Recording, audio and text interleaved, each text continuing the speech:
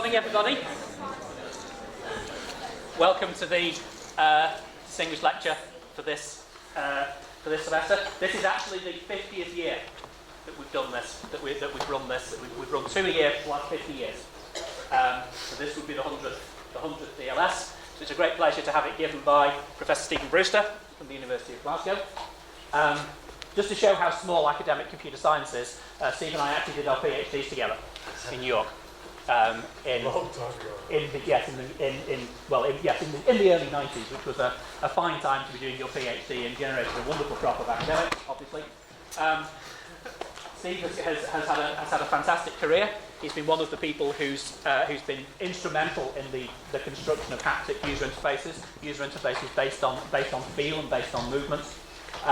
He's now a professor at the University of Glasgow. He was also a postdoctoral fellow. After leaving York, he was a postdoctoral fellow with an organisation called Earcons, which funds people to go around Europe doing postdoctoral fellowships. And of course, it's about to have its membership reduced by 1, probably, or maybe not.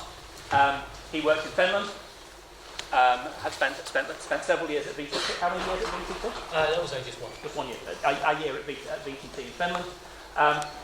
Much of his work has been deployed in industry, and so has been influential on many of the user interfaces that people actually use, particularly in things like cars or other embedded devices. He's a fellow of the Royal Society of Edinburgh, amongst other distinctions, and so is an excellent candidate for our 100th DLS.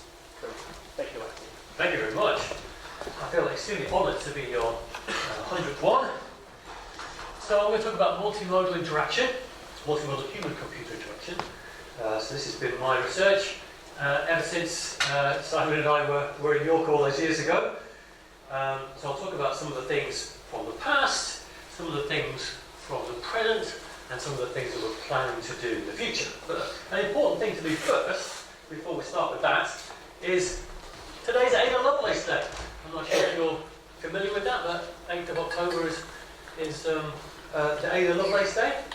I'm not sure if there's any events happening here. So Ada was born in 1815, so she's a gifted mathematician. And as part of her work, she translated an article from Italian to English about Babbage's analytical engine. And in that, she wrote an algorithm to calculate Bernoulli numbers, which are important in number theory. And that's kind of seen as the first ever computer program algorithm. So she's the founder of our discipline. So I grabbed a nice quote from the Computer History Museum, which kind of shows something interesting. So it says, she speculated that the engine might act upon other things besides numbers. The engine might compose elaborate and scientific pieces of music of any degree or complexity or extent. So the idea that a machine could manipulate the symbols in accordance with the rules, and that numbers could represent things other than just physical quantities marks the kind of foundation of computing.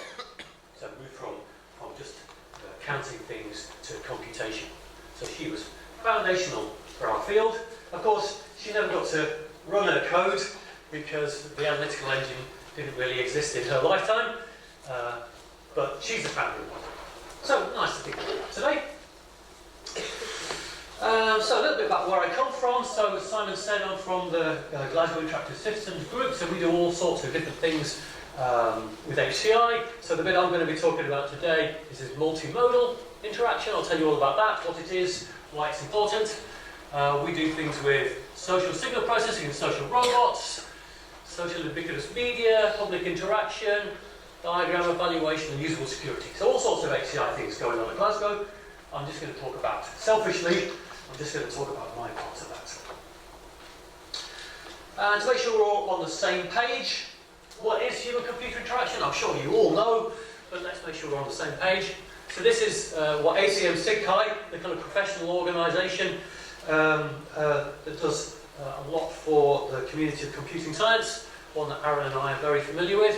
And this is what they say it is. Human-computer interaction is a discipline concerned with the design, evaluation and implementation of interactive computing systems for human use and with the study of major phenomena surrounding them.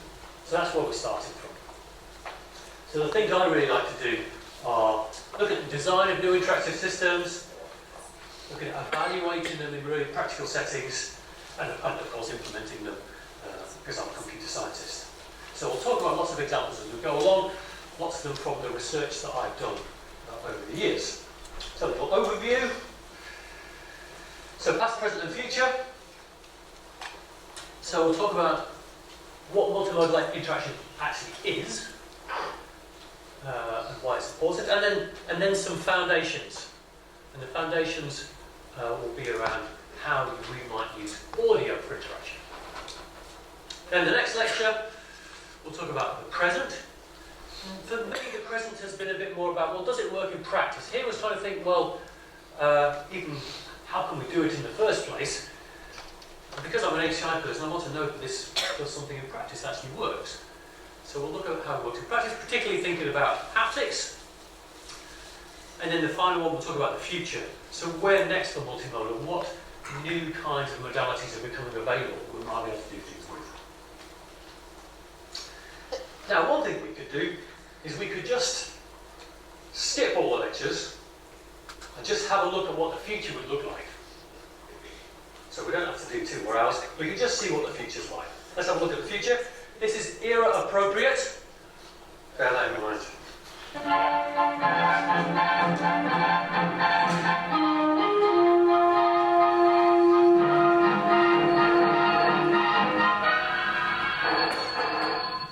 I'll see you tonight then. Yes, all right. No, I said I'd come, didn't I? Wish I could see you now. Well, you can't, can you? You just have to wait. But supposing the telephone could provide vision as well as sound, then he could see her now. Wouldn't that be better? Yes, marvellous. But whether we should always want vision or not, what kind of facilities can we expect in the next generation? Worldwide communication, of course. Hello, Bill. This is Henry. Who did you say? Henry. I'm calling from London. Gee, that's a pleasant surprise, sir. How are things in your part of the world? Oh, it's a dark, wet morning here. I suppose you've been basking in the sun all day. And, when we want it, U-phone, in colour, using digital transmission by pulse code modulation right into the customer's premises. Well, let's have a look at you, Bill. Right, Henry, thanks for coming up. Gee, it's good to see you, Henry. You're certainly looking good. How's Betty, Bill? She's right here now. Come over here, Betty, and say hello to Henry. Hello, Henry. Long time no see. Documents like this are transmitted in accurate detail by a slow scan, high definition process. I'd like to see a copy of that. Yes, I think you should. Pressing this button suffuses the screen with ultraviolet light and imprints the copy on the photosensitive paper.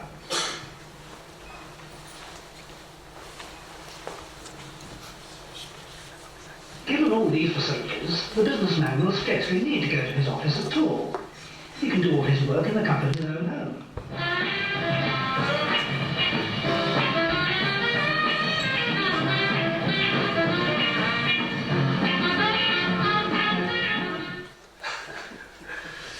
So, that was what the future looked like from the 1960s, I think. So what did they get right?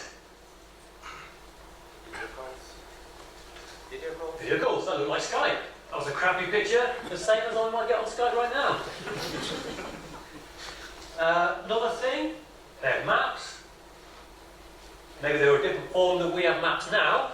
We don't have to, you take photographs, but they had maps. So they were kind of looking at that. What wasn't in the video? What did they not have? See it? Absolutely. No mobile phones. So at that point, there was no vision that we all carry a mobile device around with us. So they got some things, interestingly right, some things that they didn't. I think it's just kind of fun to see what the future looked like from all that time ago. Right, so we can't skip the lectures, we have to do them all. So let's go back and think about the past. So this is the thing that kind of motivates me for multimodal interaction and what it's all about. So humans, we've got many capabilities.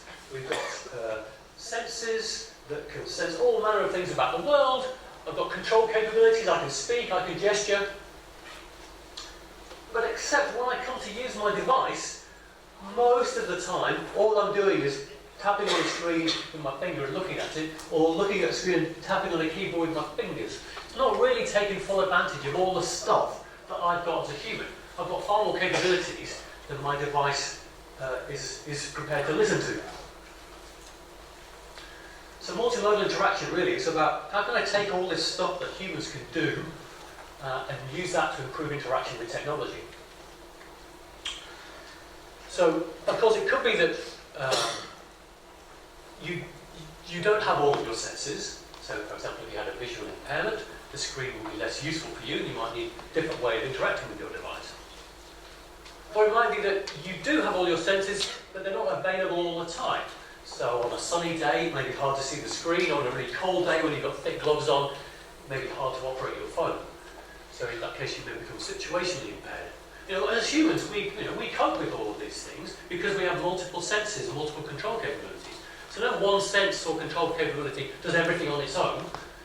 We use multiple. Yet when we come to technology, we're forced into this kind of narrow channel of just looking at things and just tapping with my fingers. So multimodal interaction is all about creating new interactions that use our senses, use our control capabilities in new and interesting ways. Trying to enrich that interaction between me and my technology. That's where multimodal comes from. It's kind of based around this theory from someone called Christopher Wickens. This is the multiple resource model. So he's a psychologist and has kind of built this model of how our senses and processing might work.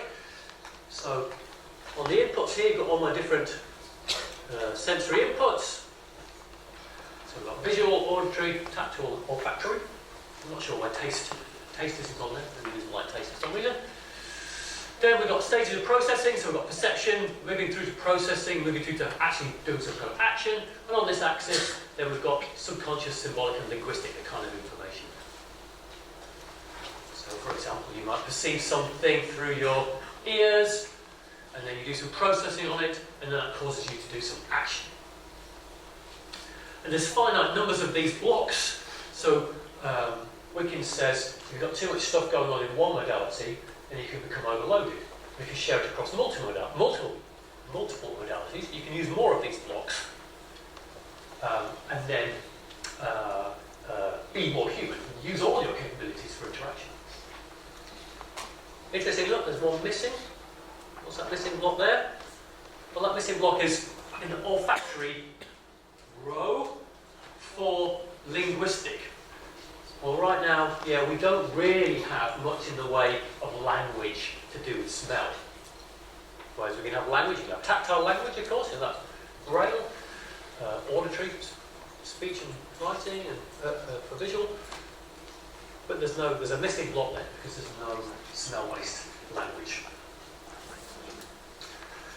So the modalities that I'm mostly interested in: non-speech audio, which we'll talk about in this first lecture this morning; haptics, which we'll talk about in the second lecture; and then we also do other things with gestural interaction, which I'm not going to talk so much about today, and smell-based interaction.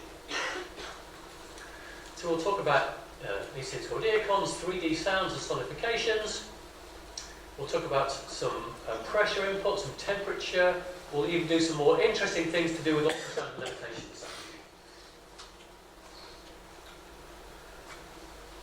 So we talked about some of the problems. Let's think a little bit more in more detail about really what the problem is. So of course, interaction is complicated. It involves people, it involves things. Interaction takes place in the world. So these days, most of my time, I'm not interacting in a quiet office on a PC. I'm on my phone walking down the street. Users are involved in lots of other tasks. It might be on the move. Contexts are very varied. Hands and eyes may be busy. I like the picture of this lady. So you can't quite see her. She's got a phone kind of tucked underneath her ear there like that, whilst trying to hold on to two kids in a shopping bag. So most of the interactions that we've created don't really suit her very well in that particular setting. You can't use her phone. She can't look at Google Maps on her phone because her hands are already full. She can't even see the screen of the phone. So we also talked about a minute ago users having different abilities and disabilities. So trying to design, trying to think about interactions that could work for the widest number of people in the widest number of settings is important. If you don't, then people are going to not be able to use the things that you make. So new forms of interaction are needed if the keyboard and screen are not easily available. From phones, we kind of like fell into keyboards and screens. From desktop, maybe there's other things we can do. Why do we have to be constrained by that? I've got all these other capabilities as a human.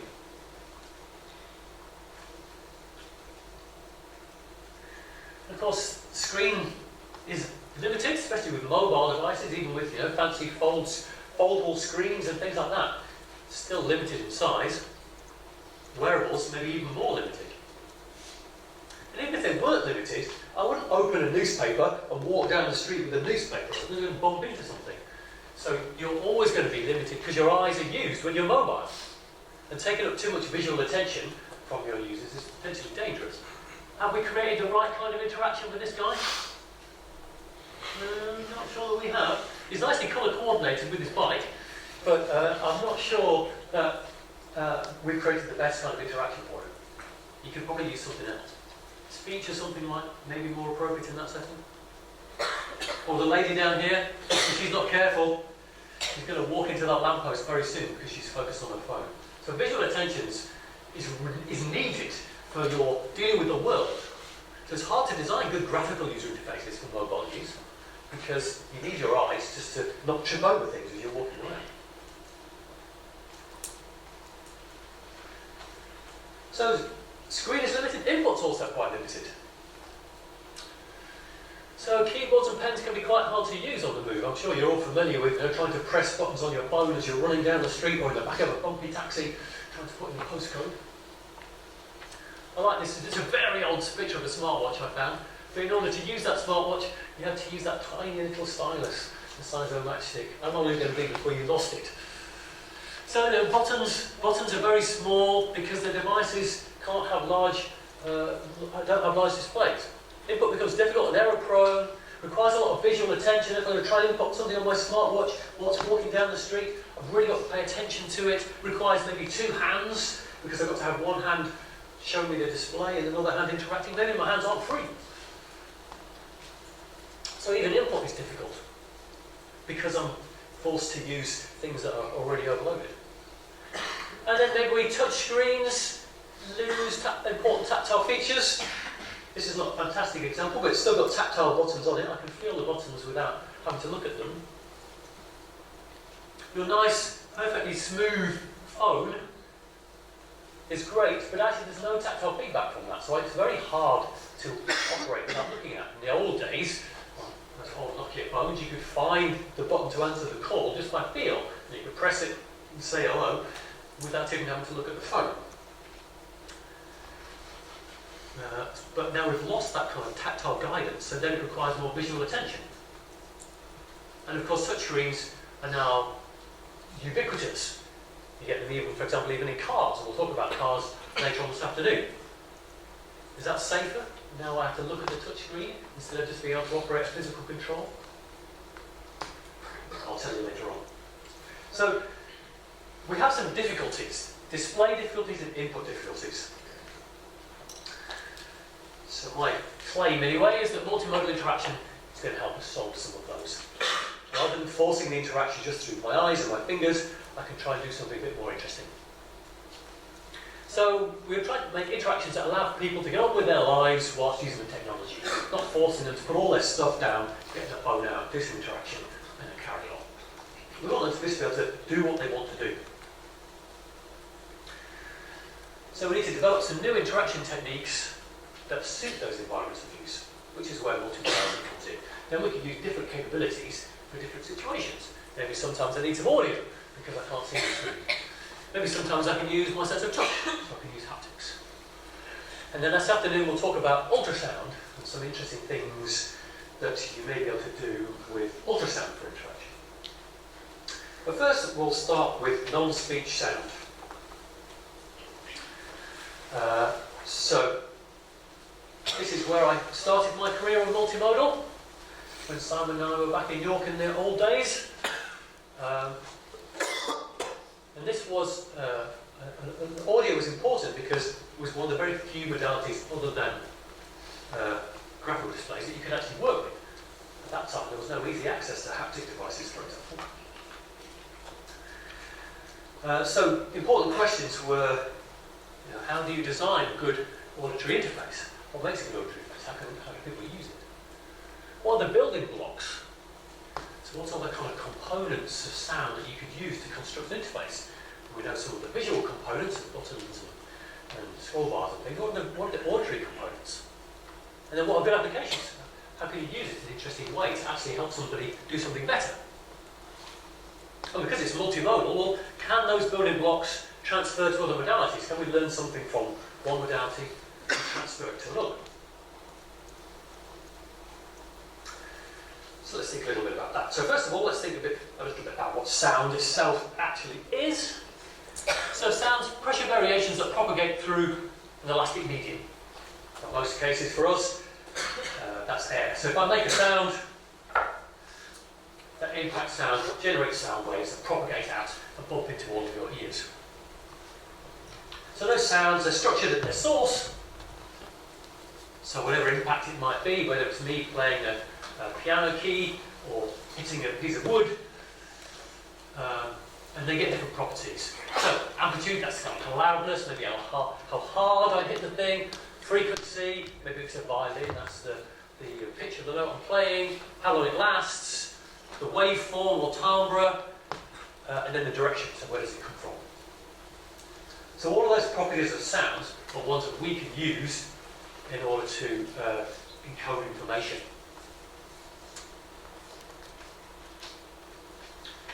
How do we perceive it? So our ear's got three parts, inner, middle and outer. And they all do different jobs.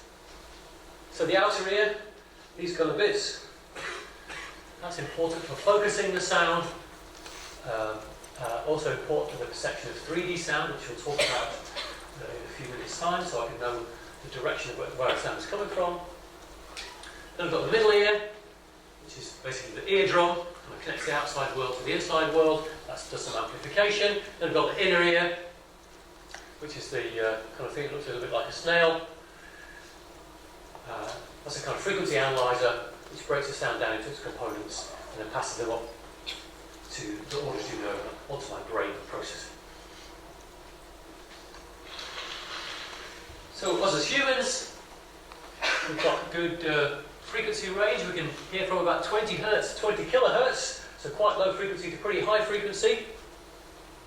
And within that, depending on where you are in the range, you can hear sounds about 1.5 hertz difference. So you've got quite good resolution in your auditory sense. Sadly, it drops off as you get older. So maybe about age 50, you can't get hear those quite high notes as much as you could when you were younger. And maybe at 70, you lose even more. So it's important to think about those kind of things if you're designing user interfaces and choosing the types of sounds that work the best. You want to make sure that if you want the widest range of users, that you don't choose sounds which are super high frequency, for example. But humans are pretty good at sound. But certainly in the early days, the sounds made by our devices were extremely limited. So my motivation was, well, okay, how could we use this to do something more interesting? Now, of course, if you think about sound, it's been used for a very long time. Even on silent movies, there will be the person playing the piano in the front. So, historically used for background music and sound effects in theatre films. So, the non-speech sounds were there, but they were kind of setting the scene, setting the mood. And, of course, they can be used like that in computers, particularly in computer games. Sound is commonly used to help set the mood. When you go into a scary environment, the sound might change. So that still happens right now. But it's an emerging modality for mobile and ubiquitous computing because it has these advantages. It doesn't rely on a screen. It's got many possibilities for situations where screens are small or may not be available. So the nice thing is there's a really strong technical infrastructure, and sound hardware is very mature. For the phones we have in our pocket, sound quality is fantastic. playback super high quality sound. So the technology, we don't have to think about that. We all carry that with us all the time. But the problem is what to do with it. So it's much less clear how you should use it. So we've got great hardware, but most of the time, well, nobody's using it to listen to music or a bit of sound in games. Maybe it could do something else for our interactions with our devices. So that's where research in this area is trying to answer that question. How can you use sound to make better use of all that great hardware that we have? So non-speech sound. Yes, so this is things like music, structured sounds, sound effects, natural sounds, things like that. You might just say, hey, well, why don't we just use speech? Speech is great. We do everything with speech. Well, if you think a bit about a graphical user interface, we have icons and we have text. You could say, why not just use text? Why do we need icons? Well, the nice thing about the icons is they get a lot of information across in a very small amount of space. Otherwise, you need lots of complicated words. Same is kind of true for non-speech audio. I can have a short non-speech sound, communicates a lot of information, rather than having to have a lot of speech. It says the same thing. So the nice thing is that can reduce the time taken for interaction. On the good things, so it's good for rapid feedback, non-visual feedback. I'll show you a little bit. It's good for things like presenting trend information. Of course, non-speech sounds and speech work well together, and they work well with graphical displays if you want them. One nice thing about sound is it's omnidirectional, so you can hear it from all around you. That can be great, but it's embarrassing if someone's phone goes off in the middle of the room. But it is an advantage. I guess it would. Is that someone's phone going off in the middle of the room? Oh, that was amazing timing. And of course, it could reduce your need for the visual display if you can't use one for whatever reason. So let's have a think of some different types. These are kind of building blocks. Of course, you've got very simple beeps, error beeps from the old days. We're not going to talk so much about those. There's not that much interesting to say there. Interesting things would be Earcons. These are kind of musically structured sounds. I did a lot of work on for my PhD. Maybe Simon even took quite one of the experiments I can remember now. Talk about those. Non-speech, auditory icons are the form of non-speech sounds. These are more kind of natural everyday sounds. And then sonification. This is using sound to present data in the same kind of way that you might do for visualization. So you're mapping data parameters to audio parameters. So you're making your data audible. So I'll start with Earcons. Structured messages based on abstract sounds. So these are created by the manipulation of some of those sound properties I talked about in a couple of slides back. So by changing the timbre or the musical instrument that you're using, you could encode some information. Play the piano, it means this. Play a violin, it means that. You can change the rhythm, the pitch, the tempo, the spatial location. So you can use these different parameters of sound to encode information. They're generally composed of these short sequences of notes called motifs, usually combined in different ways. You can simply add them together to make compound ones, or you can make hierarchical ones by manipulating them in more complex ways.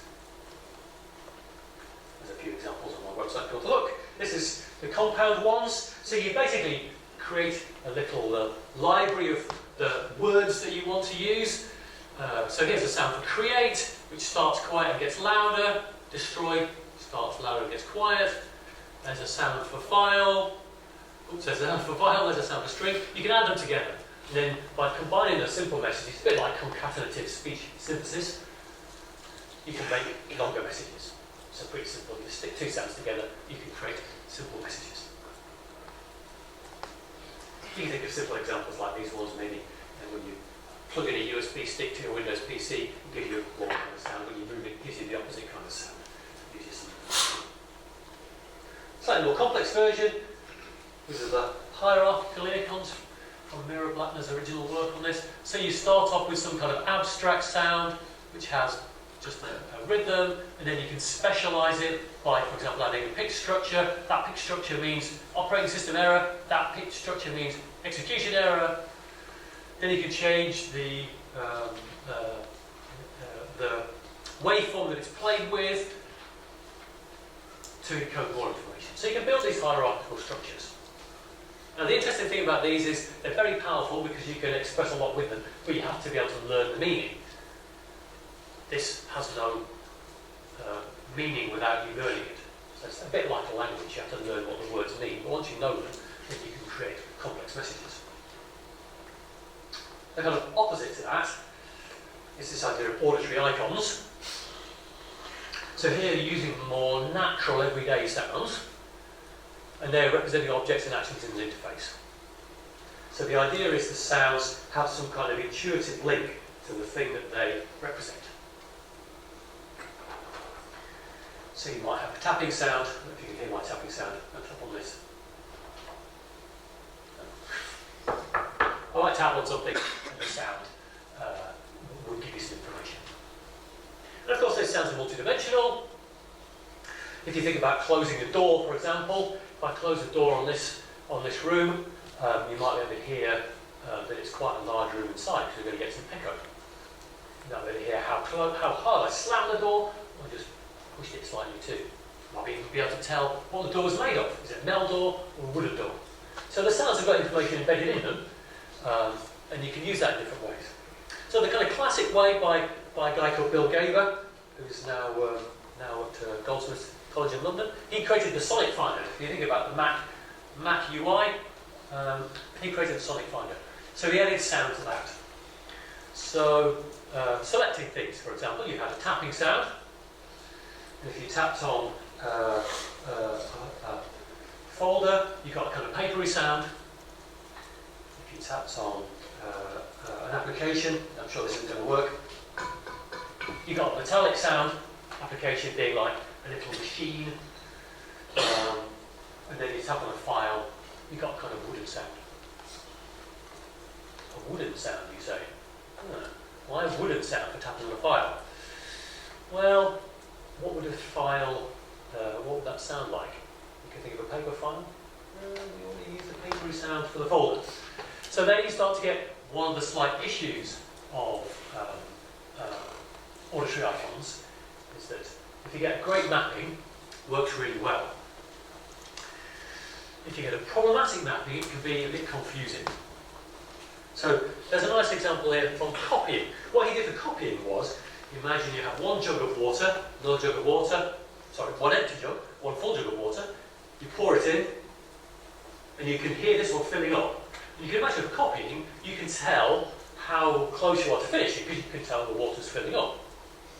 Sound plausible? Is that copying? That's moving. If I can't copy water, what would the sound of it moving be? A little bit tricky.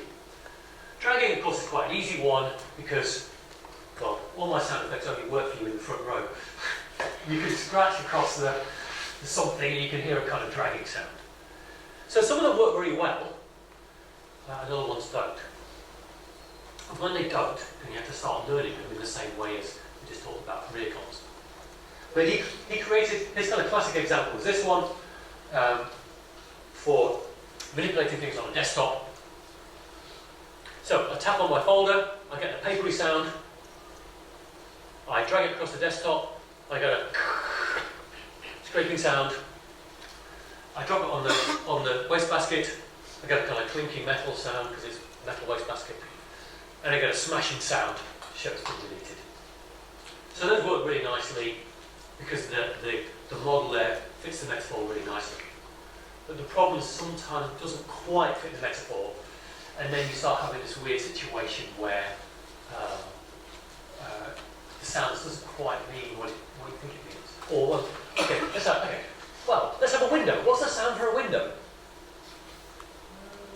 It doesn't really have a sound. Maybe it could be a kind of creaking sound, so I open the window, but then maybe that's a door. Windows don't really have a sound. So it's sometimes hard to do that mapping between the sound and the computer world. But if you find a good one, it can work really Then the last category we talked about, sonification. So this is mapping data values to auditory parameters. So here you're taking data and mapping them to sound. The most common, it's called a sound graph. The most common one will be like this, where you have time running this way and pitch running this way. So you just map your data to a musical pitch, and you can hear it rising and falling over time. That works really nicely, for example, for giving an overview of your data. Just in the same way as you could look at my data there and say, oh, 3 interesting peaks. If you had to read all that out in speech, it would take a long time, and as you read out each individual number, or each of those values, by the time you got here, you'd have forgotten what was happening over here. So it's a good way to give you some rich information.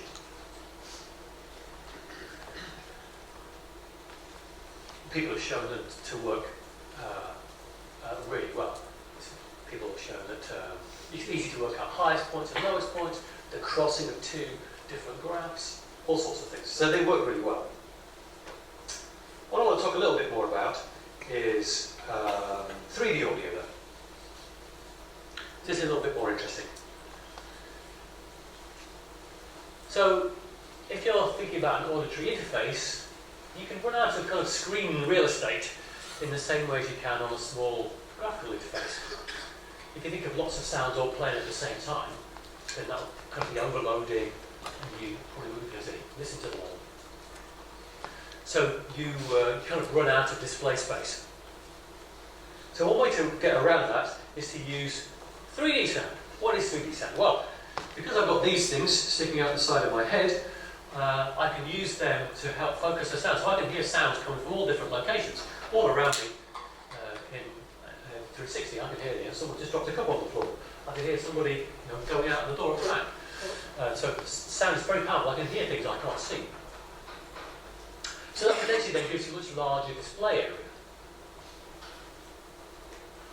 So I can use all the space around me if I wanted to. Then it allows me to monitor more sound sources. So the nice thing about your auditory system is it's very good at tuning in to different sources of sound. You may have come across this thing called the cocktail party effect before. The idea behind that one is if you're in a crowded room with people chatting, somebody says your name, you can go focus right in on their talking. So you can focus your audio system onto the thing of interest and kind of exclude the others if you want to. So by using that kind of cocktail party effect, you can now monitor more sound sources. This is my poor attempt at trying to draw that. There's different sound sources around my head, and I can listen to those. So that means I can then give myself a larger display space. Rather than, even if I have a pair of stereo headphones, all I get is the line between my ears. And if I've got a single earpiece, I've only just got one ear.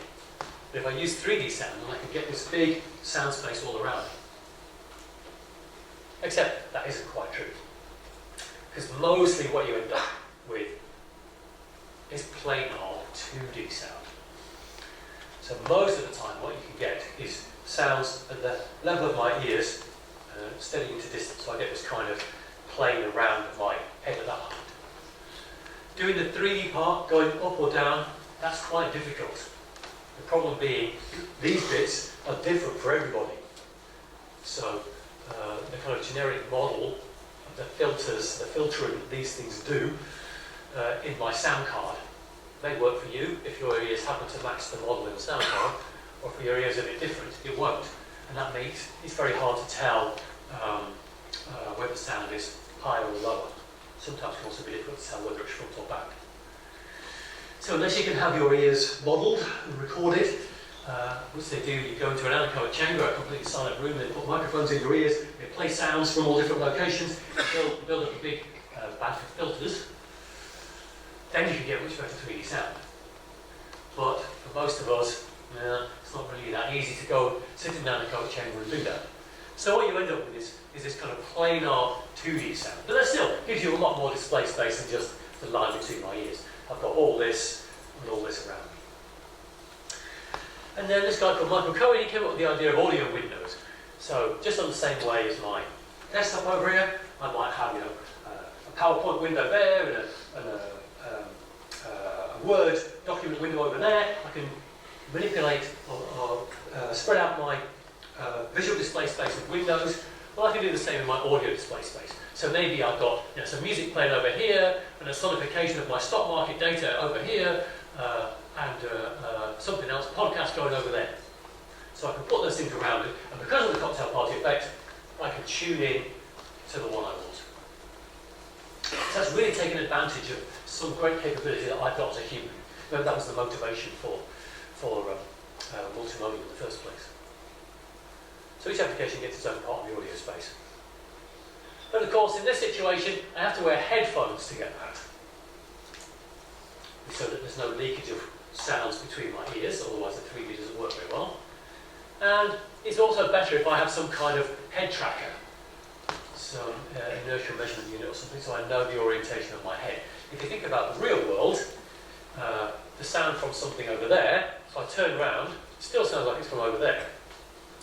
If you're listening to music through their headphones, the whole music world just turns around when you do. So if you don't track the person's head, then you can't take advantage of all these nice capabilities of tuning into different sounds, as I mentioned before. So it needs a little bit of technology to make that work. And certainly in the early days, that was a more difficult thing to do. So, let's say I've got 3D sound. What can I do with it?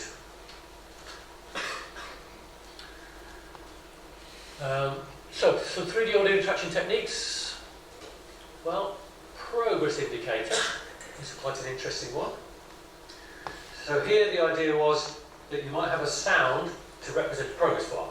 Sound might start in front, moves around your head, back to the beginning again. When it gets back here, your download or your file transfer is finished. So when it's about here, I know that's about 25, 50, 75, finished. I know at the rate it's moving, I know how fast the download is going. So you can do that kind of progress information without having to look at your screen.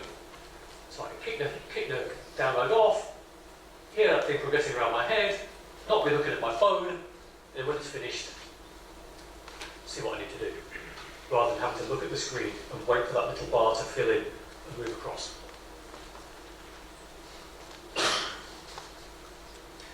Another idea was this idea of a diary. So if you think about that around my head, well, that's kind of like a clock face. 12 o'clock, 3, 6, 9. So then you could arrange your daily diary around your head. So if I've got an appointment over here, I know it's 3 o'clock. Doesn't need to say it's at 3 o'clock, I know it's at 3 o'clock because it's over here. 6 o'clock, 9 o'clock. So it gives you a nice kind of metaphor for a diary. And actually, the experiments done by these guys, they compared that kind of clock face diary to the kind of linear list that we normally have, and they found that the one around the head was actually faster to use when you're in a mobile setting. You can just hear a radar sweep around your whole day rather than having to look down a long list. Another thing is auditory pie menus. Not sure if you're familiar with pie menus, they're not that common, but pie menu, on a graphical pie menu, you have a circle divided into pie segments, and you can choose a segment on the pie, rather than just, again, having a linear list where you move down to select something. The nice thing about pie menus is they're very efficient because everything is always very close, rather than having to move down a really long list. So because we've got this circle around the head, could that be a pie, with your head in the middle of the pie? So that then the audio menu items could be placed around the head. So you could have your file menu here, and your edit menu over here, and your view menu over there. So then the question comes up is, well, how should you use that audio space? So I've got 360 degrees all around me, so I could use those cardinal points, north, south, east and west, or I could maybe use just the front 180.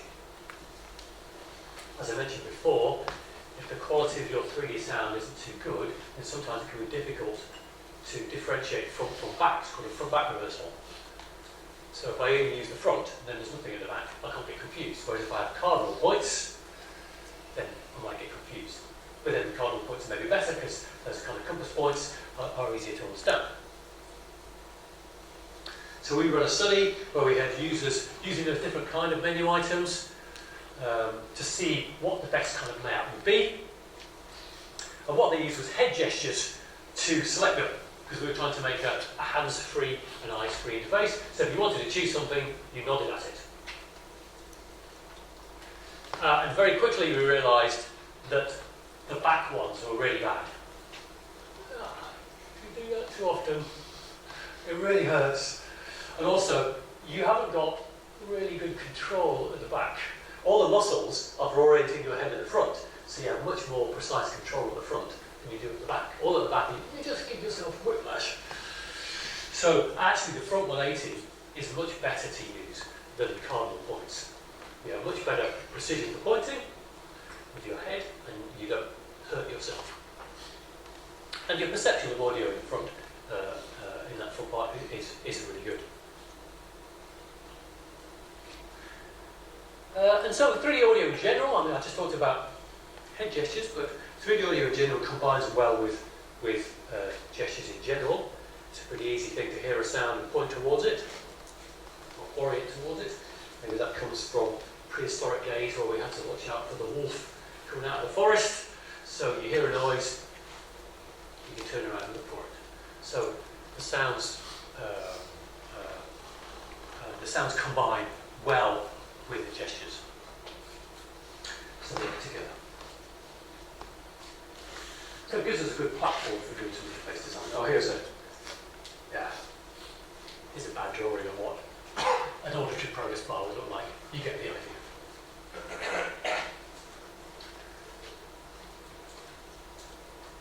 So here's a couple of other examples. Here's a WISP, Weakly Intrusive Ambient Soundscapes. So these two guys are looking at how you might use kind of ambient sounds to give information in the ubiquitous computing world. So if you think of ubiquitous computing, the idea of a technology embedded all around us in the environment, we won't even know it's there. So they were looking at, well, how could you use the sound to give you information about things that are in your environment, especially if you can't see them. So what resources have you got in your environment if you can't see them? So their quote is, the sound should be sufficiently non-intrusive to be accepted without disturbing the focus of the task at hand, whilst distinctive enough to be separable from other cues. So what they wanted was sounds in the environment which would give you information about what was there, but not be too disturbing. So these are kind of gentle things just going in the background, but help you know when your things are there. So they had this meeting room scenario, where there's public PCs, there's printers. You can see how old their paper was. They had PDAs, we might call them phones now. So simple sounds give ambient awareness of their state. So there might be a sound for a printer. Well, a printer might make a sound anyway, because you can hear it printing. You might use a sound from a printer to indicate whether there was a printer there and if it was busy. Sound for PCs, you might use a kind of sound, a gentle sound of keyboard typing. So you might hear there's some keyboard typing over there. Okay, well, maybe there's a shared PC over there I can go and use. So they had these kind of sounds that were supposed to just fit into the background of meeting rooms. So you can still have your meeting, but you could listen out for any kind of resources should you need them.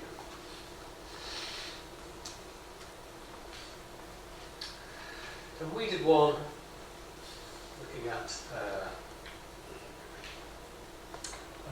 how you might use ambient sounds to provide a kind of information about a new place that you'll go to that you didn't know so well. The idea was to combine the physical world and the virtual world. So we wanted to give a kind of vibe of the place that you were visiting. So the idea might be, you go to, come to St Andrews. I don't know where anything is. Could I use some ambient 3D sound to help me find out interesting things in the city. So what we did in this case was we used geolocated tweets. So when you tweet, GPS coordinates are encoded, so we know where that comes from. So then we can sonify the location of those using 3D sound. So I'm here, a tweet occurred from over there, someone tweeted from over there, I can hear it in that orientation to me. So we use sonification of those using a kind of water sounds, was our metaphor. So the number of messages, the kind of message volume, number of messages, that was water splashes, so there's lots of water splashes from over there, lots of tweets took place over there. Spatial density, so it gives you some kind of idea of the space of them, where they're occurring from. Flow rate, and topic diversity, bubbling sounds. So we're looking at different topics, or people tweeting about the same thing. So then I could listen to that and get some idea of what was going on around me. So maybe if I'm walking down one street, it's really boring, nothing's happening here, but I can hear lots of tweets were coming from the street over there, maybe that would be a place to go and investigate. Maybe that's a street where there's more activity because more tweets are taking place. So it's a way of combining a virtual world, social media world, and the real world. Now, of course, if we looked at those on a map, I could have had a pin stuck into a map, but we were trying to avoid people just walking along doing this. So they could listen to this bubbling water sound. The idea wasn't too intrusive. I can ignore it if I didn't want it. It's bubbling along in the background. I can use that and hear that if I want it to know, oh, actually, maybe I should go over here. There's something interesting happening over there. Now, I said, well, why didn't you just use speech? You could have just, instead of sonifying those tweets, you could have just spoken them in synthetic speech. Would that have been the right thing to do? Well, depends on where I was. If I was in a different country, I couldn't speak a language, then that's not really helping me. It kind of almost becomes a non-speech sound anyway, because I can't understand it. And probably, most of the stuff that's being tweeted is crap that doesn't mean anything to me at all. So I don't really care. So it's more the number and the location of the things that are important than actually the content. So that's why then we kind of abstracted it and said, well, we're not going to give the speech that, we're going to give sounds to represent that. So that you don't have to pay attention to it. You can just have it in the background. If you want to pay attention, you can. So we tested it in the lab in Glasgow. We also tested it, we gave it to some people to try out during Edinburgh Festival. You know, as I'm sure you all know, Edinburgh Festival, things take place in random spots across the whole city. Finding them can be difficult, knowing where to go. So we tested it in the lab to see whether people could understand the soundscapes, find things. And we tested it in the city, give some kind of qualitative feedback about their experiences of using it. It went down really well. People could understand that different things are happening in different kinds of places. But the downside, of course, was you had to wear headphones. So we've taken away the problem of you doing this and not looking at your environment, but then we put headphones on, and then we kind of blocked you off from the audio environment. And so that was the kind of big problem for 3D sound in the early days. If you wanted to give sound, you needed to have headphones because you've got to stop the sounds leaking from one ear to another. If this ear can hear the sounds from this ear, then the 3D breaks down. But there has been progress. So this is the past, but actually this is really the present as well. So this is a paper we just submitted to a conference just a couple of weeks ago. So we've been really thinking also about audio augmented reality. If you think about the kind of things I was talking about there, they're a bit like augmented reality. You're adding things on to reality. Except with headphones blocking everything out, you can't hear the real auditory world. The idea of augmented reality is, I can, in the visual sense, I can see the visual world and I can add something into it that's kind of indistinguishable from whether it's a real thing or a virtual thing. In the audio case, if I'm wearing a pair of headphones, I'm not hearing any of the real world, so it's not really augmented reality, it's just sound. Anyone tried any of these super cool Bose glasses? You try to, yeah, they're pretty cool, aren't they? So, they look not at all bad, actually. They look pretty much like regular sunglasses.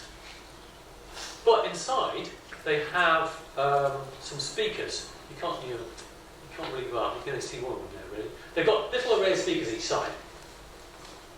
You can see a little bit more on the outside of the model there. So the nice thing about those is they can present sound to you. It doesn't really leak out to anybody else nearby. The sound quality is really good, and they don't. Somebody nearby you can't really hear it. The other interesting thing is that they have an IMU, accelerometer and a gyroscope and a magnetometer, so they can detect head orientation. So the nice thing about that then is we've got all the tools we need to do 3D sound. Sounds don't leak out from one ear to the other, nor to other people in the environment who are doing behind them. And it's got an IMU to be able to do head orientation. And they're not completely embarrassing to wear. So I'll show you a little bit of a video that we did to go with our paper, so you can see a little bit about what we did. If you know Glasgow University, you'll recognise some of these bits. We don't need the sound.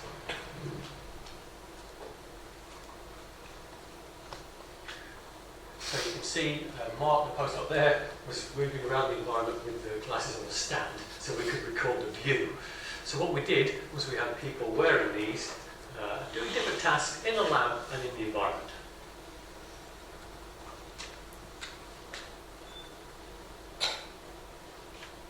Get a better view of the Earcons there.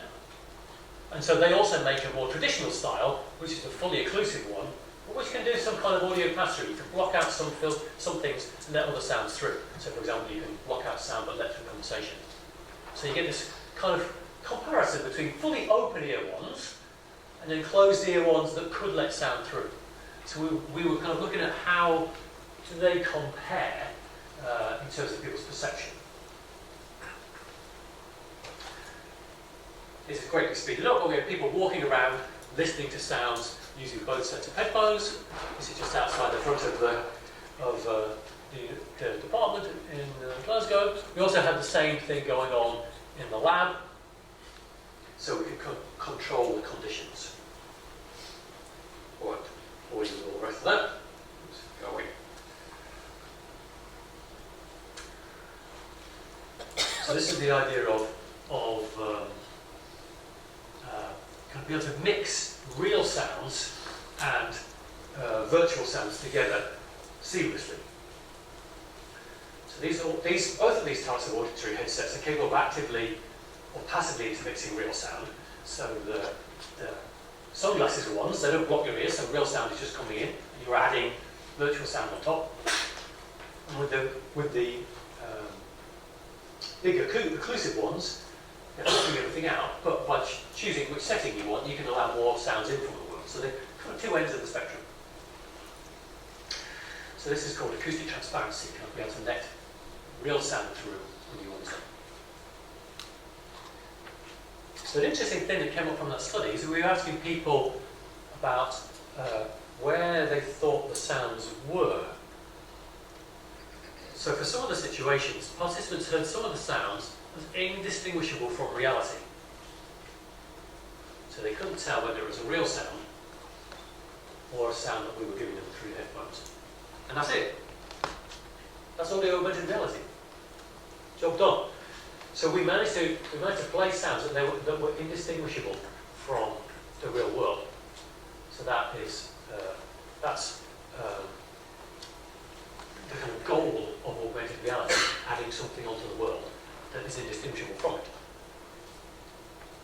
That means you can create some kind of personal, private, always available soundscape. I could be wearing my cool sunglasses, and then I have that audio world with me. I can do all those kind of 3D audio interactions I was talking about before. I can do them in a way that doesn't stop me listening to the real environment. And I can augment the real environment should I want to. For example, with my navigation thing, giving you information about what was in Edinburgh, I can have those things now right there in the environment. If you think about it, very hard to do that with with visual AR. So, anyone tried HoloLens? How good is a HoloLens at making you think the things you're seeing are real? No, it's rubbish. They're things that might, they're things through a HoloLens. The devices are bulky and expensive, and it's very difficult to make something realistically seem as it's something real but rendered in the environment. Technology is just not good enough. But right now, you can go and buy a pair of those sunglasses and you could do an auditory augmented reality. So you can do that with much lower cost technology than you can buy right now. Now the use cases are a bit different, of course, but I think the nice thing is it is possible to achieve augmented reality. You just have to think of it not necessarily from a visual perspective, you can do it from another perspective and then take advantage of that. Right, I'm now entirely unsure about when I'm supposed to be finishing. Now, okay, then I have a summary slide. So, auditory hardware, ubiquitous. We all have that with us all the time. No problem, high quality audio in all of our pockets. The problem is, what do we use it for? How do we use it for interaction? So I talked about these three different types of sounds, Earcons, auditory icons and sonification, then become the building blocks. Then I talked a bit, the next step up is kind of 3D audio, so that gives us a spatial element. We can really take advantage of this great stuff that my audio system is good for. And I gave some examples of how you might use it. Then thought about these ambient sounds.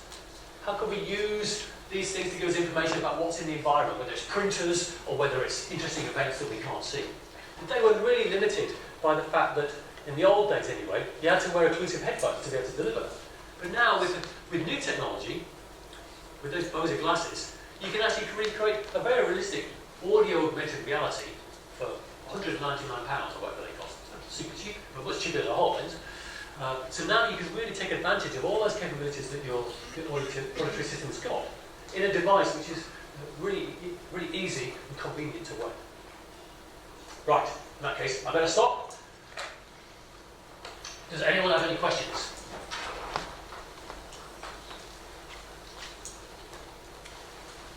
Yeah. Just in case there's no questions. You start. Okay.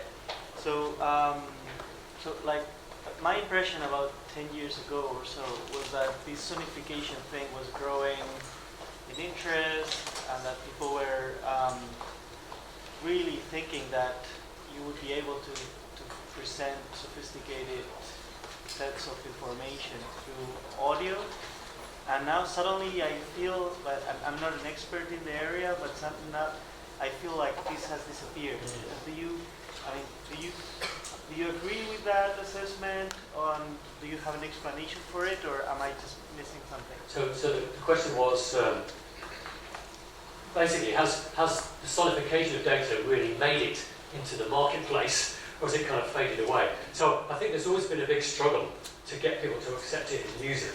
So there's lots of good examples of it being effective. We've done some, and many other people have done many more. But yet, it's never really made it into the big time. I think we all learn graphs at school. We spend a lot of time practicing. We draw them all the time. We keep on using them, and so it's quite hard to escape from that to try and use these other modalities. So I think in the case of sonification, it's had a much slower take-up than I might have wanted it to have. And yes, we've demonstrated it's effective in all sorts of situations, but it's hard to get buy-in from people. So you're probably right. Thank you. Have you done any studies as to how much one sonifies? Because you mentioned the computer interactions, but at least I can personally imagine that if my computer made a sound every action I took, I'd probably just mute the audio. Yeah. So I think that's right. So it's got to be information rather than noise. So finding out what's important to you at the right kind of time will be the most important thing. So for the navigation one, for example, yes, if you're navigating, trying to find interesting things, then maybe you want that. But if you found something, then maybe you don't want to hear all that chatter of Twitter going on all the time. You might turn it off. So I think having good control over that is important. and also then finding out the information that's really relevant at the right time would be the key answer to that. Yeah. So, for example, if we close our eyes and 50 meters away we hear a door close, we'd be able to figure out the distance of the door that the sound is coming from, approximately 50 meters away. That's because maybe the sound that comes to one ear has different timing compared to the sound that comes to the other ear. Yeah. So our brain is technically able to quantify that difference into maybe sound parameters, but sound is actually described by certain various parameters such as frequency, amplitude, and stuff like that. So is there a way to just simulate that sort of a thing with our normal earphones or headphones, or do we need specialized equipment for that? To simulate what? Maybe spatial sound. No, well, yeah, your sound card would have that in it. Unity, if you're using Unity, you can use 3D sound from Unity. So you can doing that, positioning sounds in environments as well. It's trivially easy. It's well supported in software. You don't have to do the computation yourself. So you know, the infrastructure is good. The problem comes with the creativity. It's like, right, okay, what can we do with it now? The infrastructure is there to support all of that. So if you've got the style of the glasses where you've got different ears and you stop an attacker from, say, playing out some of the sounds trying to deceive people into thinking that they're listening to something from the glasses but really it's the attacker. Oh yeah, nice. So the question is, how do you stop someone hacking into your glasses and then playing sounds that aren't there? Well, and I guess you could say the same thing for your HoloLens 5, when you can wear that and see things in the environment. Yeah, I mean, I guess that becomes a security issue rather than an HCI issue. But yes, you could easily do bad things. You could, well, it's harder in those ones, but you can imagine, say, masking the noise of a truck coming from behind you, and you walk out. Now that's hard to do in the sunglasses, but maybe easier to do in the occlusive ones, or somebody putting other sounds in the environment. I mean, as anybody always says when you talk about this, advertising. So as I walk past the shop, it says, "Hey Steve, come in. There's a great deal on this. Oh, hey Steve, come in. There's a great deal on this." So there's one of those kind of nightmare scenarios where you couldn't ever escape it. Now, of course, you can't escape it because you can just say, "Right, now I can't hear it anymore." But yes, of course, that would be an issue. Use of it, as in anything, it could be used for good or for evil. Okay, we should have a coffee break because there's coffee outside. Right. Thank you for the